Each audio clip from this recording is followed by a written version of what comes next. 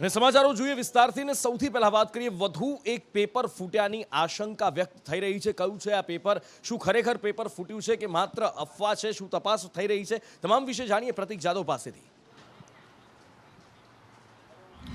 નુપુર, અત્યાર સુધી તો સરકારી પરીક્ષાની જે ભરતી થતી હતી એમાં જ પરીક્ષાના પેપરમાં ગેરરીતિ થતી હોવાનું સામે આવ્યું છે। પરંતુ આજે ધોરણ 10 બોર્ડની હિન્દીની પરીક્ષા હતી અને હિન્દીની પરીક્ષા ચાલુ હતી તે દરમિયાન જ તેનું જવાબ સાથે સોલ્વ કરેલું પેપર સોશિયલ મીડિયામાં વાયરલ થયું છે, જેને લઈને હવે શિક્ષણ વિભાગ દ્વારા તપાસના આદેશ આપવામાં આવ્યા છે। શિક્ષણ વિભાગ દ્વારા ખુદ કબૂલાત કરવામાં આવી છે કે 12:45 વાગે જવાબ સોલ્વ કરેલ પેપર સોશિયલ મીડિયામાં વાયરલ થયું છે, જેના કારણે આ ગેરરીતિનો મામલો હોવાના લઈને શિક્ષણ વિભાગ દ્વારા હવે તપાસ સોંપવામાં આવી છે, એક અધિકારીને તપાસ સોંપવામાં આવી છે। પરંતુ સવાલ એ થાય કે ધોરણ 10 અને ધોરણ 12 બોર્ડની પરીક્ષા ચાલી રહી છે અને આ પરીક્ષા ખૂબ જ સાવચેતીપૂર્વક લેવામાં આવી છે અને જે રીતે નિયમ બનાવવામાં આવે છે કે જ્યારે પણ પરીક્ષા ચાલુ હોય 3 કલાક દરમિયાન કોઈ પણ વિદ્યાર્થી બહાર નથી નીકળી શકતો, ત્યારે જ્યારે પરીક્ષા ચાલુ હતી તે દરમિયાન જે હિન્દીનું પેપર હતું તે કેવી રીતે બહાર જઈ શકે અને 12:45 વાગે પેપર જવાબો સાથે સોશિયલ મીડિયામાં વાયરલ થાય છે, જે સ્પષ્ટ ફલિત થાય છે કે આ જે પેપર છે તે થોડા સમય પહેલાં જ બહાર આવ્યો છે। કારણ કે 3 કલાક જે પેપર લખવામાં વિદ્યાર્થીઓને લેતા હોય છે તે સમગ્ર પેપર 12:45 વાગે એટલે કે 12:45 વાગે સોશિયલ મીડિયામાં ફરતું હોય તો સ્વાભાવિક છે કે આ પેપર અડધો કલાક પહેલાં જ કોઈ પાસે પહોંચી ગયું હશે। જે વ્યક્તિ પાસે પેપર પહોંચ્યું છે તેને લઈને હાલ શિક્ષણ વિભાગ દ્વારા સાયબર ક્રાઇમની મદદ લેવામાં આવી છે। જે આઈપી એડ્રેસના ઉપયોગથી પેપરને વાયરલ કરવામાં આવ્યું છે તે વ્યક્તિની અટકાયત અથવા તે વ્યક્તિની તપાસ હાલ કરવામાં આવી રહી છે। સાથે જ જો વાત કરવામાં આવે તો એક વ્યક્તિને નિમવામાં આવ્યા છે, જેને લઈને હવે સમગ્ર મામલે તપાસ કરવામાં આવશે। પરંતુ શરમજનક વાત કહેવાય શિક્ષણ વિભાગ માટે કે એક પછી એક પેપરો ફૂટી રહ્યા છે, જાણે કે વિદ્યાર્થીઓની કિસ્મત ફૂટી રહ્યા। ધોરણ 10ની જો વાત કરવામાં આવે તો વિદ્યાર્થીઓ ખૂબ આકરી મહેનત કરતા હોય છે આ પરીક્ષામાં પાસ થવા માટે અને આ પરીક્ષા જ તેમનો પાયો હોય છે ઘડતરનો। કારણ કે ધોરણ 10 પછી 11 સાયન્સ લેવું કે 11 કોમર્સ લેવું તે નક્કી થતું હોય છે તેમના માર્ક્સ આધારે। ત્યારે જો આ પ્રકારે પેપર ખૂટવાની ઘટના બનતી હોય શિક્ષણ વિભાગમાં તો ખરેખર શિક્ષણ વિભાગ માટે અને શિક્ષણ મંત્રી માટે શરમજનક ઘટના કહેવાય। અને ચોક્કસથી કોંગ્રેસની જો વાત કરવામાં આવે તો આ ઘટનાને લઈને ગુજરાત કોંગ્રેસ દ્વારા શિક્ષણ મંત્રીના રાજીનામાની પણ માંગ કરવામાં આવી છે। નુપુર, બિલકુલ, પણ આ પેપર જે આવ્યું છે સામે સોલ્વ થયેલું પેપર છે એ શું ખરેખર પરીક્ષામાં પૂછાયેલું પ્રશ્નપત્ર છે કે કેમ? કારણ કે અફવા પણ હોઈ શકે છે, ઘણી બધી વાતો આની પાછળ હોઈ શકે છે, કોઈની ટીખળ પણ હોઈ શકે છે। તો શું એ બાબતની કોઈ પુષ્ટિ થઈ રહી છે કે કેમ પ્રતીક? નુપુર, આ જે પેપર 1 વાગ્યાની આસપાસ જાહેર સોશિયલ મીડિયા પર ફર્યું હતું, ત્યારબાદ સંદેશની ટીમ દ્વારા જ આજે સમગ્ર પેપર હતું હિન્દી સેકન્ડ લેંગ્વેજનું તે પેપર અને જે સોશિયલ મીડિયામાં વાયરલ થયું છે તે બંને પેપરની ખરાઈ કરવામાં આવી છે। બંને પેપરમાં ક્વેશ્ચન મુજબ જ આન્સર લખેલા છે, મુદ્દાસર વાઇઝ આન્સર લખેલા છે, જેના ઉપરથી ફલિત થાય છે કે જે સોશિયલ મીડિયામાં વાયરલ થયેલા છે જવાબો તે ખરેખર આ હિન્દી પેપરના જ છે। અને આ જ કારણથી સરકાર દ્વારા અને શિક્ષણ વિભાગે પણ સ્પષ્ટ રીતે કબૂલાત કરી છે કે 12:45 વાગે જવાબો સાથેનું આ જે પેપર છે તે લીક થયું હતું અથવા તો જે વાયરલ થયું હતું। અને આ જ કારણથી એક ટીમ પણ બનાવવામાં આવી છે જે સમગ્ર મામલે તપાસ કરશે। અને સાથે જ જો વાત કરવામાં આવે તો લગભગ 60 જેટલા પ્રશ્નો આ હિન્દીના પ્રશ્નપત્રમાં પૂછવામાં આવ્યા હતા અને 60 પ્રશ્નોના જવાબો લખેલું પેપર લખેલા છે તે સોશિયલ મીડિયામાં વાયરલ થયું હતું, જેના પરથી સ્પષ્ટપણે લાગી રહ્યું છે કે આ પેપરમાં ચોક્કસ ગેરરીતિ થઈ છે।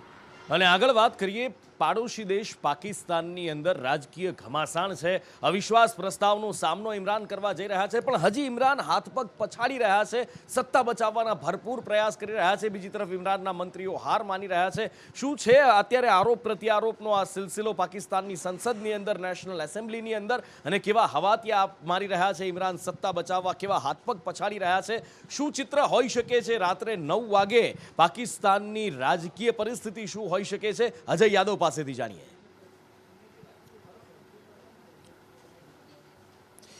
निश्चित तौर पर नूपुर, पाकिस्तान के सुप्रीम कोर्ट के हस्तक्षेप के बाद आज इमरान सरकार के लिए अहम दिन है और पाकिस्तान की असेंबली में इस पर चर्चा भी हो रही है। 10:30 बजे से ये चर्चा शुरू हुई है, अभी 5 बजे के करीब हो चुके हैं और अब तक अगर बात करें तो 6.5 घंटे का वक्त निकल चुका है। महज 4 स्पीकर अभी तक वो बोल पाए हैं, 3 स्पीकर कायदे से अपनी बात रखे हैं, लेकिन बाकी के स्पीकर को अभी ठीक से समय नहीं दिया गया है। लेकिन जो भी बातें रखी गई, जो शुरुआत थी शहबाज शरीफ, जो कि माना जा रहा है कि विपक्ष की तरफ से प्राइम मिनिस्टर कैंडिडेट हैं, उन्होंने बात रखी और सुप्रीम कोर्ट के उस जजमेंट का हवाला दिया जिसमें ये कहा गया था कि आज का दिन जो है वो अविश्वास प्रस्ताव के लिए पहले से कंफर्म है, दूसरी बातें करने का कोई भी मतलब नहीं है।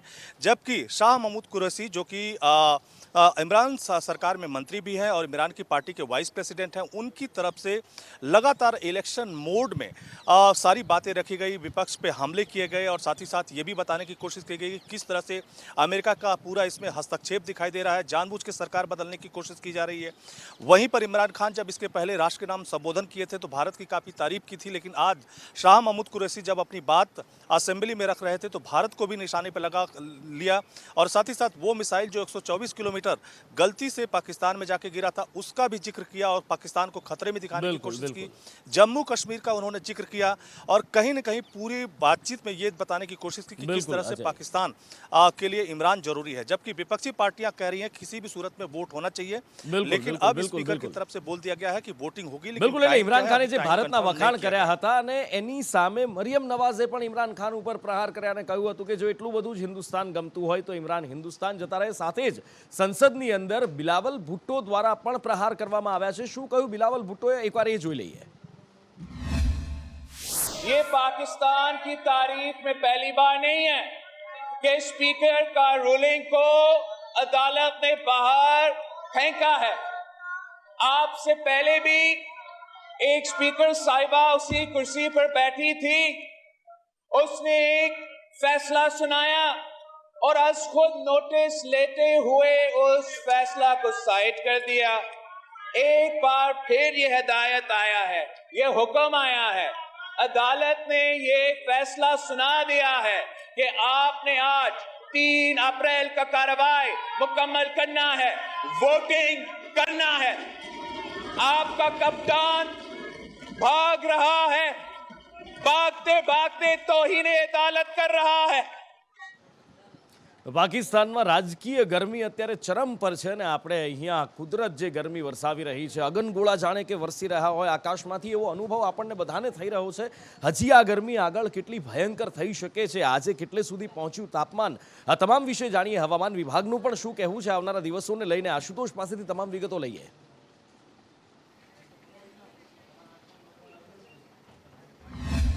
જેની ઉપર વાત કરવામાં આવે તો ગરમી જે છે તે માજામુખી છે અને છેલ્લા 10 વર્ષનો રેકોર્ડ જે છે તે એપ્રિલ મહિનામાં ગરમીએ તોડ્યો છે, કારણ કે અમદાવાદ સહિત રાજ્યના 5 એવા શહેરો છે જ્યાં યલો એલર્ટની આગાહી કરવામાં આવી છે। આગામી 2 દિવસ સુધી યલો એલર્ટ જે છે જાહેર કરવામાં આવ્યું છે। અમદાવાદ છે, ગાંધીનગર છે, મહેસાણા છે, બનાસકાંઠા છે, સુરેન્દ્રનગર છે, એવા 5 શહેરો જે છે ત્યાં પારો જે છે તે 44 થી 45 ડિગ્રીને વટાવી જાય તે પ્રકારની સંભાવના વ્યક્ત કરવામાં આવી છે। મે મહિનામાં આ પ્રકારની ગરમી જે છે તે રાજ્યમાં પડતી હોય છે, પરંતુ એપ્રિલ મહિનામાં જ આ પ્રકારની ગરમી જે છે તે પડી છે અને આગામી 10 દિવસ સુધી આ પ્રકારની જો વાતાવરણ રહે તો અમદાવાદ સહિત રાજ્યભરના રહીશો જે છે તે ત્રાહિમામ પોકારી ઉઠે છે અને ગરમીથી બચવા માટે પણ લોકો શેરડીનો રસ છે, લીંબુ શરબત છે એ પ્રકારનું પીતા હોય છે અને ત્યાં જે છે તે ભારે ભીડ હાલ તો જામી રહી છે। પરંતુ ગરમીએ જે છે તે માજા મૂકી છે અને ખાસ કરી નાના બાળકોને, વૃદ્ધોને બપોરે ક્યાંય પણ બહાર ન નીકળવા માટે પણ સલાહ જે છે તે આપવામાં આવી છે।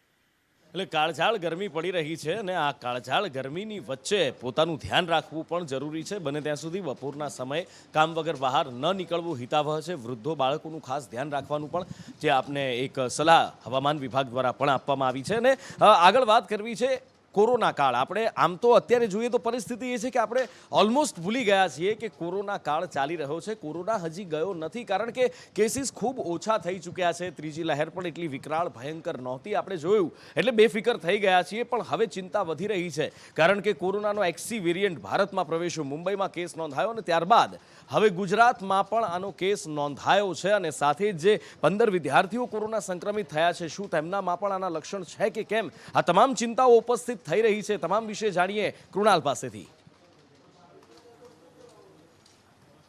નુપુર, જે રીતે ગુજરાતમાં અને ખાસ કરીને વડોદરામાં કોરોનાનો જે ઓમિક્રોન કરતાં પણ 10 ગણો ઘાતક વેરિયન્ટ છે, XC વેરિયન્ટ, તેની એન્ટ્રી થઈ ચૂકી છે અને જે રીતે મુંબઈના એક વ્યક્તિ કે જે ફરવા માટે આવ્યા હતા અને વડોદરાની એક હોટલમાં રોકાયા હતા, ત્યારબાદ તેમને તાવના લક્ષણો દેખાતા તેઓએ 12 માર્ચે કોવિડ રિપોર્ટ કરાવ્યો હતો અને ત્યારબાદ તેઓ પોતે મુંબઈ પોતાના વતન પરત ફર્યા હતા અને ત્યારબાદ જીનોમ સિક્વન્સિંગમાં ખબર પડ્યું હતું કે આ જે વ્યક્તિ છે, 67 વર્ષીય વ્યક્તિ, તેમને XC વેરિયન્ટનાથી તેઓ સંક્રમિત થયા છે। તેના કારણે ચકચાર મચી જવા પામી છે। સાથે જ ગુજરાત નેશનલ લો યુનિવર્સિટીમાં પણ એક સાથે 34 જેટલા વિદ્યાર્થીઓ કોરોના સંક્રમિત થયા હોવાનું બહાર આવ્યું છે. તેના કારણે યુનિવર્સિટીમાં હાલ ભયનો માહોલ છે, પરંતુ આરોગ્ય વિભાગે છેલ્લા 2 દિવસથી ત્યાં સ્ક્રીનિંગ શરૂ કરી દેવામાં આવ્યું છે. સાથે જે રીતે કોરોનાના નવા કેસો ધીમે ધીમે વધી રહ્યા છે, નવો વેરિયન્ટ જ્યારે સામે આવ્યો છે, ત્યારે ફરી એકવાર કોરોનાના કેસો રાફડો ફાટે તે મામલે લોકોમાં પણ ભય જોવા મળી રહ્યો છે. બિલકુલ, એટલે સાવચેતી રાખવી હવે ફરી એકવાર જરૂરી બની છે એવું લાગી રહ્યું છે.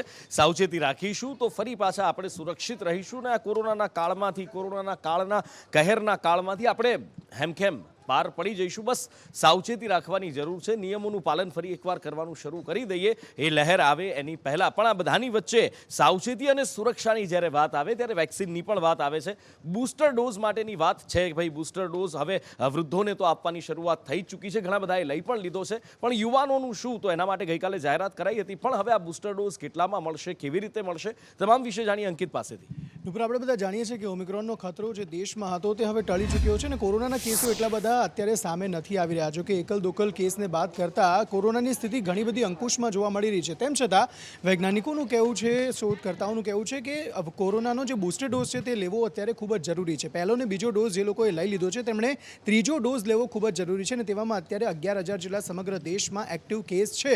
તેમણે અને તેમની ઉપરના જે તમામ જે લોકો છે જેમણે 2 ડોઝ લઈ લીધા છે તેમણે બૂસ્ટર ડોઝ લેવો હવે જરૂરી બની ગયો છે. 18 વર્ષથી ઉપરના એટલે કે પુખ્ત વયના જે લોકો છે તેમને બૂસ્ટર ડોઝ લેવાની જરૂરત પડવાની છે અને તેવામાં આવતીકાલથી તેની શરૂઆત થવાની છે.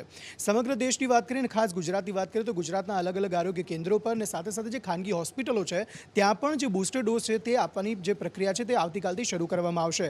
સૌથી પહેલાં જે ફ્રન્ટલાઇન વર્કર્સ છે ને એની અંતર્ગત આવતા જે કર્મચારીઓ છે તેમને આ બૂસ્ટર ડોઝ આપવાની કામગીરી શરૂ કરવામાં આવશે.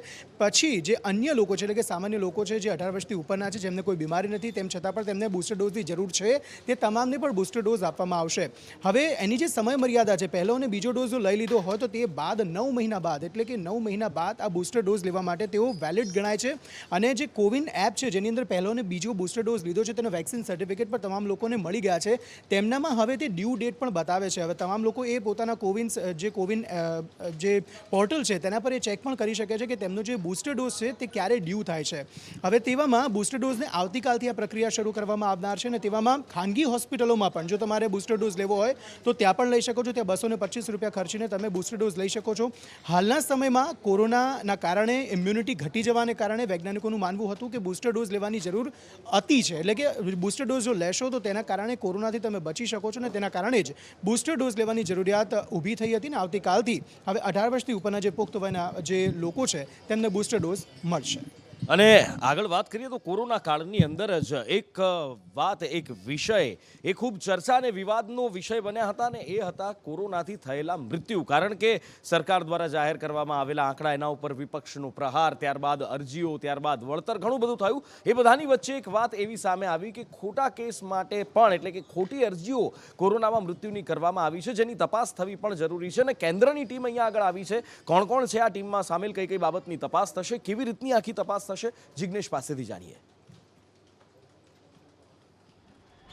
અનુપુર કોરોના કાળ દરમિયાન જે લોકોના મૃત્યુ નિપજ્યા હતા અને તેમાં જો લોકોએ ખોટી અરજી કરી છે એટલે કે કોરોનામાં મૃત્યુ નથી થયું છતાં જો તેને કોરોનામાં ખપાવવાનો પ્રયાસ થયો છે તેવા કેસો સામે આવતા હવે એક કમિટી આ કેસની તપાસ કરી રહી છે. ન માત્ર ગુજરાત પરંતુ મહારાષ્ટ્ર, આંધ્રપ્રદેશ અને કેરળમાં પણ આ કમિટીની તપાસ થઈ રહી છે, જેના અંદર કેન્દ્રીય સ્વાસ્થ્ય મંત્રાલય દ્વારા જે ટીમ મોકલવામાં આવી છે તે 3 સભ્યોની ટીમ આખી તપાસ કરી રહી છે, જેમાં એનસીડીસીના પ્રિન્સિપાલ એડવાઇઝર એવા ડૉક્ટર એસ વેંકટેશ આ ટીમની જે વડપણ હેઠળ આખી ટીમ તપાસ કરી રહી છે. તેમાં એનસીડીસીના જોઈન્ટ ડાયરેક્ટર ડૉક્ટર સિમ્મી પણ સામેલ છે અને તેઓ આ તમામ જે મામલાની તપાસ કરી રહ્યા છે તેમની હાથ નીચે જે આખી ટીમ કામ કરી રહી છે તેમાં તમામ અલગ અલગ રાજ્યો કે 4 રાજ્યોની અંદર જ્યાં ખોટા અરજીઓ કરવામાં આવી હતી તેની તપાસ થઈ રહી છે. ખાસ કરીને 24 માર્ચના રોજ મૃત્યુ પામેલા જે ખોટા દાવાઓ જે સુપ્રીમ કોર્ટમાં જે આદેશ મળ્યો હતો કે આ અંગે તપાસ થવી જોઈએ ખોટા દાવાઓ અંગે, તે અંગેની આ તપાસ થઈ રહી છે અને તપાસ બાદ અહેવાલ શું સામે આવે છે તેના પર સુપ્રીમ કોર્ટ અને સાથે જ કેન્દ્રીય જે એજન્સી છે તે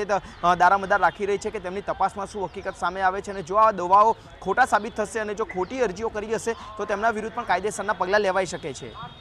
અને આગળ વાત કરીએ તો હવે જે આ તપાસ તો થશે, હવે ખબર પડશે કે સાચા કેસ કેટલા છે, ખોટા કેસ કેટલા છે. પણ આ બધાની વચ્ચે ગઈકાલે ડૉક્ટરોની હડતાલ સમેટાઈ ગઈ. એક રાહતની વાત થઈ કે સરકારી હોસ્પિટલમાં જે ગરીબ દર્દીઓ આવે છે એ ગરીબ દર્દીઓને થતી હાલાકી તકલીફ એનો અંત આવ્યો છે અને તેમનો યોગ્ય ઇલાજ થઈ શકશે, સર્જરી થઈ શકશે. પણ આ બધા વચ્ચે એક હોસ્પિટલ એવી છે કે જેના સરકારી કર્મચારીઓ હડતાલ પર ઉતર્યા છે ને ત્યાં હજી પણ દર્દીઓ હાલાકી વેઠી રહ્યા છે. ક્યાં છે, શું છે તેમની માંગણીઓ, કેમ હડતાલ પર ઉતર્યા છે, આ હડતાલ થવાના પણ ખતમ થવાના કોઈ એંધાણ દેખાઈ રહ્યા છે કે કેમ, નિકુલ પાસેથી જાણીએ. બિલકુલથી નુપુર, અમદાવાદની સોલા સિવિલ હોસ્પિટલમાં જે તબીબો હડતાલ ઉપર હતા તેમની હડતાલ પતી છે ત્યાં જ વર્ગ 3ના કર્મચારીઓ તેમની નારાજગીને લઈને હડતાલ પર ઉતર્યા છે. વર્ગ 3ના જે કર્મચારીઓ છે તેમનું કહેવું છે કે તેઓ ડીબી એન્ટરપ્રાઇઝના કોન્ટ્રાક્ટ હેઠળ જે છે તે સોલા સિવિલ હોસ્પિટલમાં કામ કરે છે.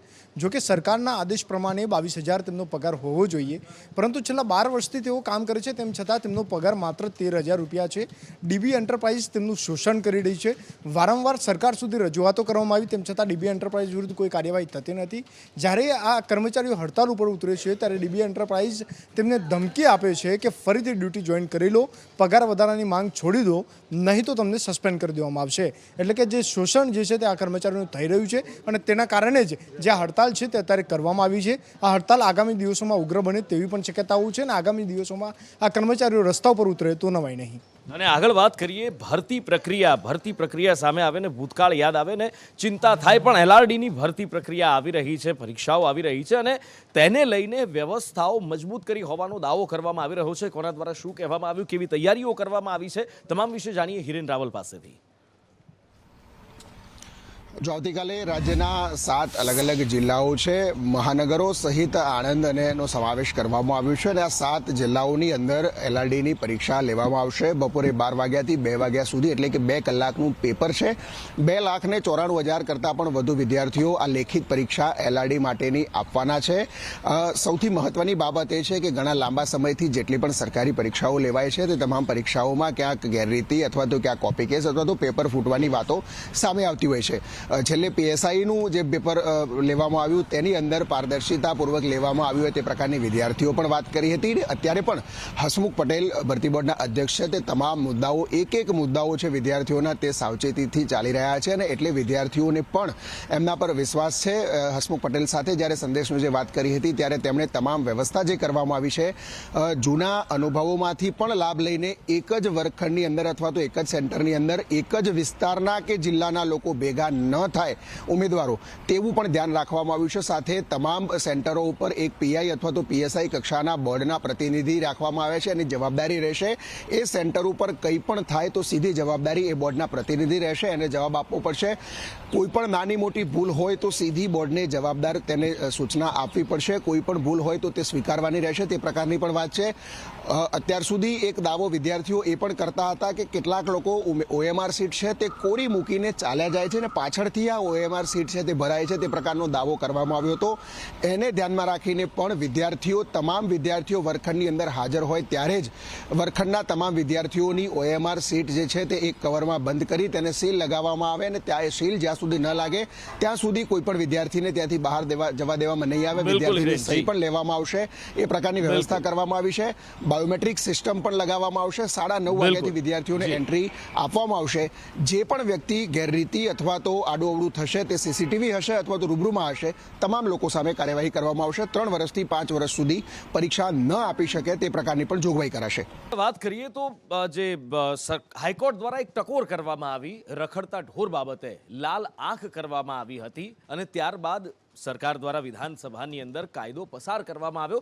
પણ વિરોધને જોતા માલધારી સમાજે વિરોધ કર્યો અને આ વિરોધને જોતા કાયદાનો અમલ સ્થગિત કરવામાં આવ્યો. ત્યારે લોકોના મનમાં પણ એ પ્રશ્ન ઉઠ્યો હતો કે શું ખરેખર રખડતા ઢોરના ત્રાસથી કોઈ મુક્તિ નહીં મળે?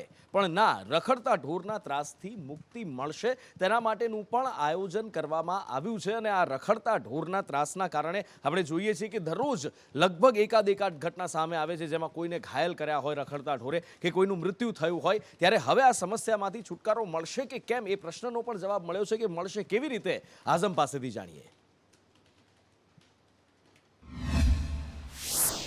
નુપુર, રખડતા ઢોરનો જે મુદ્દો છે તે છેલ્લા કેટલા દિવસોથી ચાલી રહ્યો છે અને પશુપાલકો આ બાબતે વિરોધ કરી રહ્યા હતા. બીજી તરફ સરકારે આ વિધાનસભાની અંદર જે કાયદો છે તે બનાવીને પસાર પણ કરી દીધો છે, પરંતુ હાલ એના ઉપર રોક લગાવી છે, એટલે કાયદો મોકૂફ રાખવાની વાત કરી છે. તો બીજી તરફ હાઈકોર્ટે સ્પષ્ટ નિર્દેશ આપ્યા છે કે રખડતા ઢોરની જિમ્મેદારી પશુપાલકોની પણ હોય છે, એમને પણ ધ્યાન રાખવું જોઈએ. તો બીજી તરફ આજે સુરતના અંદર ભાજપ પ્રદેશ અધ્યક્ષ CR પાટીલે એવું નિવેદન પણ આપ્યું છે કે સરકારે હાલ આ કાયદા પર રોક તો લગાડી છે, પરંતુ નગરપાલિકા અને મહાનગરપાલિકાના જે કાયદાઓ છે તે યથાવત છે અને તે અનુસંધાનમાં કામગીરી કરવામાં આવી રહી છે.